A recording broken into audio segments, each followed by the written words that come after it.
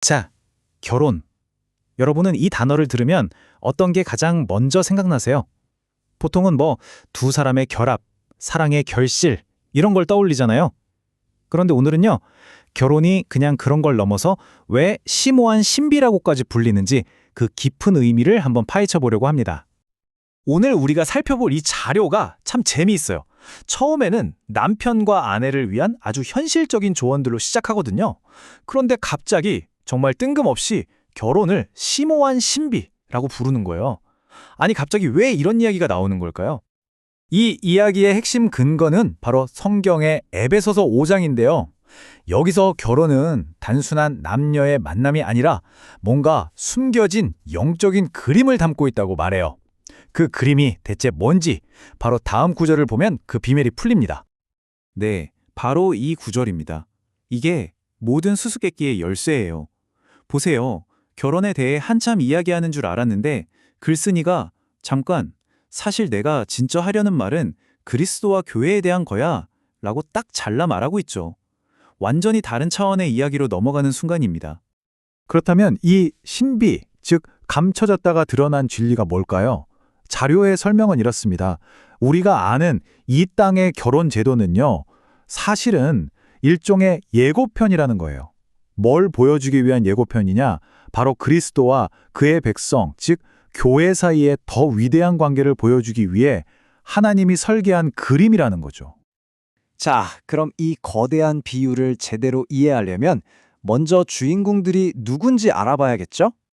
네, 역할은 아주 명확합니다. 이 비유 속에서 신랑은 바로 예수 그리스도, 그리고 신부는 바로 교회, 즉 믿는 사람들을 가리키는 겁니다. 정말 거대한 스케일의 이야기죠. 그런데 여기서 정말 중요한 포인트가 하나 있어요. 이 지상에서의 결혼이라는 제도 자체는 천국에서는 더 이상 존재하지 않을 거라고 합니다. 그럼 이게 무슨 뜻일까요? 지금 여기서의 결혼이 그 영원한 진짜 관계를 우리에게 가르쳐주기 위한 일시적이지만 그래서 더 소중하고 중요한 실물 교보제 같은 역할을 한다는 거죠. 자, 그럼 이 신성한 결혼은 어떻게 시작될까요? 놀랍게도 우리가 하는 결혼과 똑같이 두 단계의 과정이 필요하다고 합니다. 첫 번째 단계는 떠남이고요. 두 번째 단계는 합함입니다. 이 두 단계를 거쳐야 비로소 새로운 하나가 될 수 있다는 거죠. 이 떠남이라는 게 정말 의미심장해요. 우리가 결혼할 때 경제적으로나 심리적으로 부모님 집을 떠나야 새로운 가정을 꾸릴 수 있잖아요. 똑같다는 겁니다.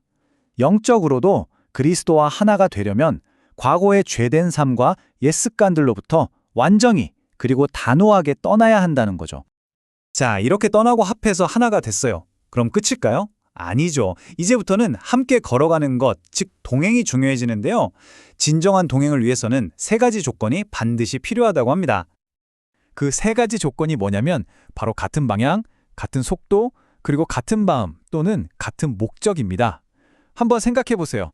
이 세 가지 중에 하나라도 어긋나면 과연 제대로 함께 걸어갈 수 있을까요? 사실상 불가능하겠죠. 와, 이 비유 한번 보세요. 정말 기가 막히지 않나요? 버스에 나란히 앉아가면 방향도 같고 속도도 같죠. 하지만 서로 아무런 대화도 없고 목적지도 다르면 그게 동행일까요? 아니라는 거죠. 바로 이 같은 마음, 같은 목적이 핵심인데 자료는 이걸 하나님과의 깊은 대화, 즉 기도를 통해 이룰 수 있다고 설명합니다. 좋아요. 그럼 이제 신부의 역할에 대해 좀 더 구체적으로 들어가 볼까요? 이 관계 안에서 신부는 어떤 역할을 하게 될까요? 자료를 보면 신부에게는 중요한 의무와 동시에 정말 어마어마한 특권이 주어진다고 말합니다. 신부의 의무는 신랑의 돕는 배필이 되는 거예요. 근데 여기서 돕는다는 건 그냥 옆에서 시중드는 그런 의미가 전혀 아니고요. 신랑의 위대한 일을 함께 이루어 나가는 파트너, 동역자가 된다는 뜻입니다. 그리고 바로 그렇기 때문에 그 의무에 걸맞게 신랑이 가진 모든 것, 모든 영광과 자원을 함께 공유하는 엄청난 특권까지 누리게 되는 거죠. 자, 그럼 이 완벽한 파트너십의 궁극적인 목적은 뭘까요? 바로 열매를 맺는 겁니다. 우리가 하는 결혼이 보통 자녀를 낳는 것을 중요한 목적으로 삼듯이 이 영적인 연합 역시 영적인 자녀들, 그러니까 새로운 믿는 사람들을 낳는 것을 목적으로 한다는 거죠. 그런데 여기서 자료가 정말 현실을 꼬집는 아주 날카로운 비유를 하나 던집니다. 지금 보시는 이 숫자 0.72, 이게 2023년 한국의 합계 출산율이거든요. 전 세계 최저 수준이죠. 이렇게 현실의 출산율이 심각하게 낮은데 혹시 영적인 출산율은 괜찮은 걸까요? 어쩌면 지금 교회도 영적 불임이라는 심각한 위기에 빠진 건 아닌지 정말 생각하게 만드는 질문을 던지는 거죠. 자, 이제 이야기의 마지막 단계로 가보겠습니다. 이 관계의 최종 목적지는 과연 어디일까요? 결혼식을 앞둔 신부에게 가장 큰 위협이 뭘까요? 바로 다른 것에 마음을 빼앗기는 거겠죠. 자료는 아주 간교한 세력이 신부의 마음을 계속해서 흐리고 유혹해서 신랑에게서 멀어지게 만들려고 한다고 경고합니다. 그래서 신부는 다른 무엇보다도 신랑을 향한 순결한 마음을 지키는 게 가장 중요하다고 강조해요. 이 모든 준비와 기다림의 끝에는 무엇이 있을까요? 바로 성경에 나오는 어린 양의 혼인잔치입니다. 마침내 완벽하게 준비를 마친 신부가 사랑하는 신랑과 영원히 하나가 되는 그 위대한 결혼식이 열리는 거죠. 결국 이 자료가 우리에게 던지는 메시지는 명확합니다. 이 땅에서의 결혼 생활은 어쩌면 그 진짜 결혼식을 위한 리허설에 불과하다는 거죠. 그렇다면 우리에게 남는 마지막 질문은 이겁니다. 당신은 진짜 결혼식을 위해 얼마나 준비되어 있습니까?